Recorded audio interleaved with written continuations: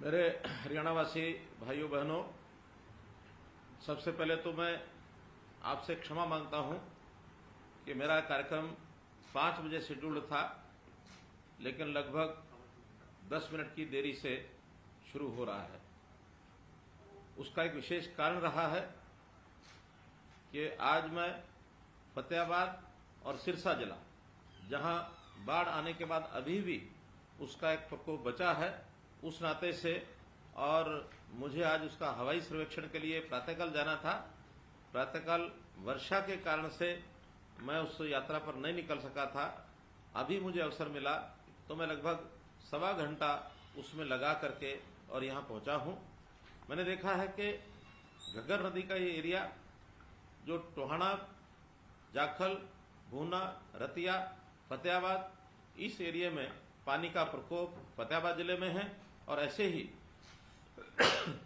ही सिरसा जिला में भी, सिरसा ब्लॉक के बहुत से गांव, ओटू झील के आसपास का एरिया, उसमें गांव में पानी पहुंचा है।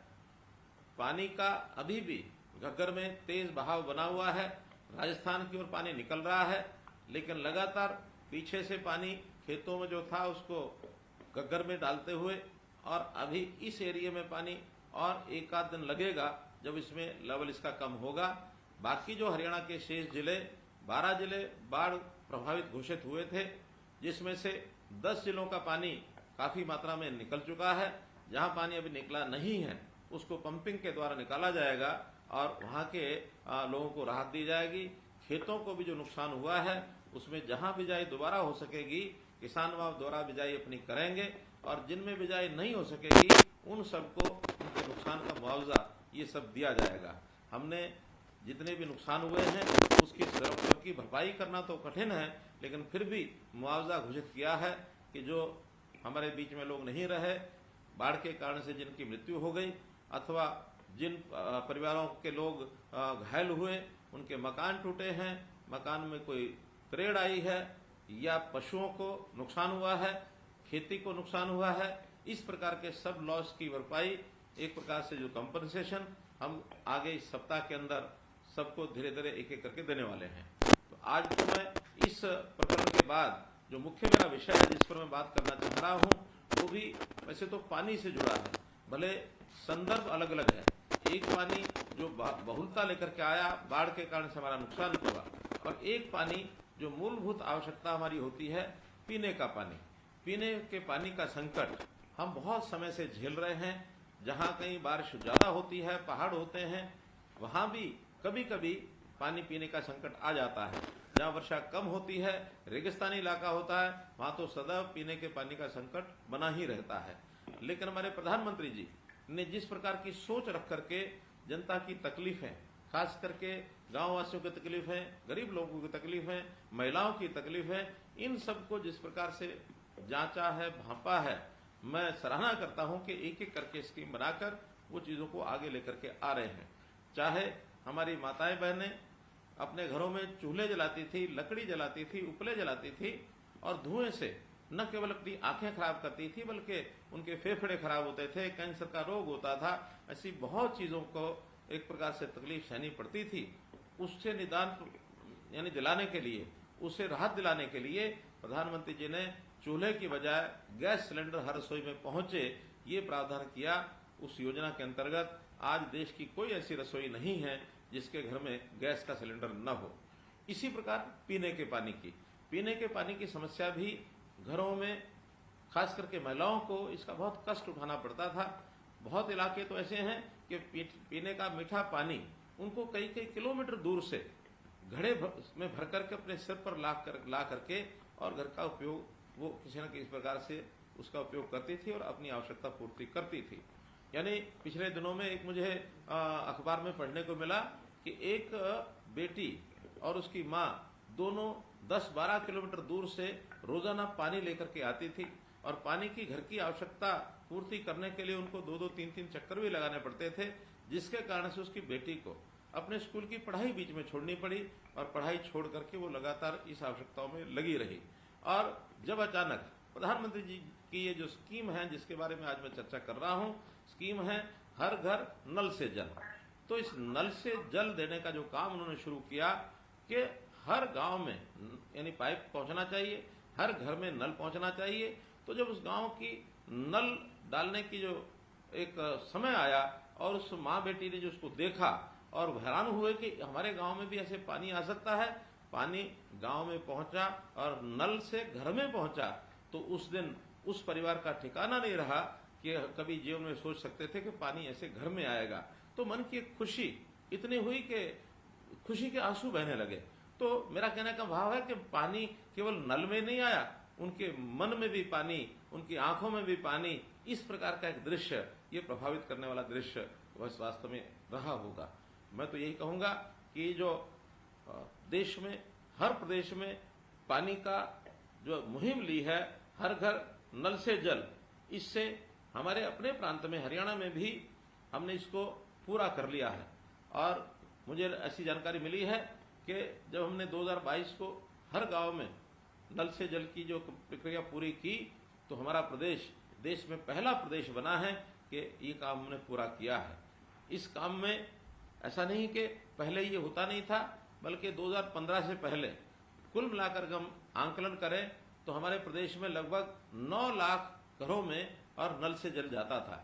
लेकिन जो शेष बचे हुए थे, इन वर्षों में जब से ये 2016 से योजना शुरू हुई है, 15 अगस्त 16 से नहीं 15 अगस्त 2019 से लाल किले की प्राचीर से जो प्रधानमंत्री जी ने घोषणा की, तो उसके 3 साल के अंदर अंदर हमने और एक 20 लाख नल लगाकर हर घर में जल पहुंचाने का काम किया है। आज हरियाणा प्रदेश में 29 लाख परिवार ऐसे हैं जिनके घरों में नल से जल और ये जाता है। प्रधानमंत्री जी ने जिस दिन इस योजना की घोषणा की थी और उन्होंने जो शब्द कहे थे, वो कहा था जल संचय हो, जल सिंचन हो, वर्षा की बूंद बूंद पानी को रोकने का काम हो, पानी बचाने का अभियान हो, पानी के प्रति सामान्य से सामान्य नागरिक सजग बने, संवेदनशील बने, बचपन से ही पानी के महत्व की शिक्षा दी जाए। तो पानी का इतना महत्व उन्होंने बताया, पानी पीने के लिए हो अथवा सिंचाई के लिए हो, आवश्यकता को पूर्ति करने के लिए। वैसे तो जल स्रोत हमारे नदियों के रूप में, वर्षा के रूप में यहाँ आते हैं, लेकिन आवश्यकता अधिक होती है, पानी हमको कम मिलता है। इसके कारण से हमने अपने प्रदेश में पानी का एक अच्छा प्रबंधन भी किया है। सिंचाई के नाते खुली सिंचाई के बजाय हमने माइक्रो इरिगेशन के प्रोजेक्ट लगाए हैं। जो पानी हम एक बार उपयोग कर लेते हैं, उस उपयोग के पानी को बाद में उसका एक प्रकार से प्रोसेसिंग करके, उस प्रोसेस के करने के बाद उस पानी को साफ करना, और बहुत से ऐसे प्रोजेक्ट हमने जो लगाए हैं, उस प्रोजेक्ट के माध्यम से जो पानी साफ होकर के हमको मिलता है, उसका दोबारा से उपयोग करने का क्रम, रीयूज, ये हमने शुरू किया है। और उसमें भी खेती के लिए उपयोग होता है, उद्योग के लिए उपयोग होता है, घरों में पीने के अलावा बाकी जो हमारी आवश्यकताएं हैं उसके लिए उपयोग होता है। तो ये मुहिम भी हमने चलाई है और हमारे यहाँ पानी के प्रबंधन को लेकर के बहुत अच्छा एक काम हुआ है। देश के प्रधानमंत्री जी ने, हमारी और संस्थाओं ने भी इसको सराहा है। हमने पानी जो आखिरी छोर तक, जहाँ वर्षा कम होती है, पानी उपलब्ध नहीं होता था, वहाँ भी लिफ्ट इरिगेशन के माध्यम से और पानी पहुँचाया है। गाँव के तालाब, जो तालाब हमारे स्रोत हैं पानी को इकट्ठा करने के, वो तालाब भी बहुत गांव के अंदर सूख जाते हैं, उनमें पानी भरने का काम किया है। बहुत जो पानी से अति एक प्रकार से ज्यादा होने के कारण से और ओवरफ्लो होते हैं, उनमें गंदा पानी होता है, उसमें भी तालाब अथॉरिटी हरियाणा की बना करके हमने उस पानी को साफ किया है और उस साफ किए हुए पानी का उपयोग सिंचाई में करने की भी हमारी योजना है। तो ऐसे पानी पर काम करने का जो मुहिम हमने चलाया है, वो एक प्रकार से बहुत ही अच्छा एक मुहिम है। हमारे हरियाणा का जितना बजट बाकी आवश्यकताओं में लगता है, उतना पानी की और बचत में, पानी के पुनरुपयोग में, पानी की उपलब्धता में, पानी के स्टोर करके घर घर में देने के लिए, जैसे हमने पिछले साल में 1457 करोड़ रुपए लगा करके 4774 नलकूप लगाए हैं, 1240 बूस्टिंग स्टेशन भी लगाए हैं। हमने जो 500 करोड़ रुपए लगा करके नहर आधारित जलघर 271 और नलकूप आधारित जलघर 229, ऐसे 500 ये जलघर भी बनाए हैं। ऐसे सब काम करते हुए और पानी की उपलब्धता पर्याप्त हो, ये काम हमने पूरा किया है। मैं अंत में एक अपील आप सबसे करना चाहूंगा कि पानी तो हमको मिला, पानी की उपयोगिता के हिसाब से हम पानी उसका उपयोग करें, लेकिन स्वभाव हमारा ये रहता है कि इस पानी का तो मुफ्त का पानी है, कोई पैसा नहीं लगता है, लेकिन पानी अमूल्य है। पानी उपयोग में आए उसका जरूर उपयोग करें, लेकिन उस पानी का दुरुपयोग ना करें, उसको व्यर्थ ना गंवाएं। हम गांव में घर में जब पानी आता है तो उसकी टूटी उसी समय खोलें जब पानी की आवश्यकता है। हर समय टूटियां खोलकर रखना और वो पानी हमारी नालियों के माध्यम से गंदा होकर के फिर हमारे तालाबों में जाए, उसका उपयोग नहीं है। तो अगर पानी की एक भी बूंद बचेगी, या तो किसी के पीने में काम आएगी, या किसी खेती की सिंचाई करने में काम आएगी, उसका निरंतर हमको लाभ होगा। तो हर बूंद का उपयोग, 1 ड्रॉप मोर क्रॉप, ये जो नारा प्रधानमंत्री जी का है, इस अनुसार पानी बचाने का भी मुहिम हम चलाएंगे। आज तो मैं जिन घरों में जो आज तक पानी जाता नहीं था और नल लगा करके उनके घर के अंदर जल पहुंचा है, ऐसे जो हमारे लाखों लोग हैं, उसमें से लगभग 28,000 लोग मेरे साथ जुड़े हैं, जिनके साथ मेरी बात जो सुन रहे हैं, और कुछ लोगों से उनसे बात करने का मुझे अवसर मिलेगा। अगर कोई कठिनाई होगी, कोई तकलीफ होगी, तो निश्चित रूप से उस कठिनाई को, तकलीफ को दूर करने के लिए, या उनका कोई अच्छा सुझाव होगा, उसको मान करके और हम हरियाणा में कोई कमी होगी पानी के बारे में, उसको पूरा करेंगे। बहुत बहुत धन्यवाद, बहुत बहुत आभार।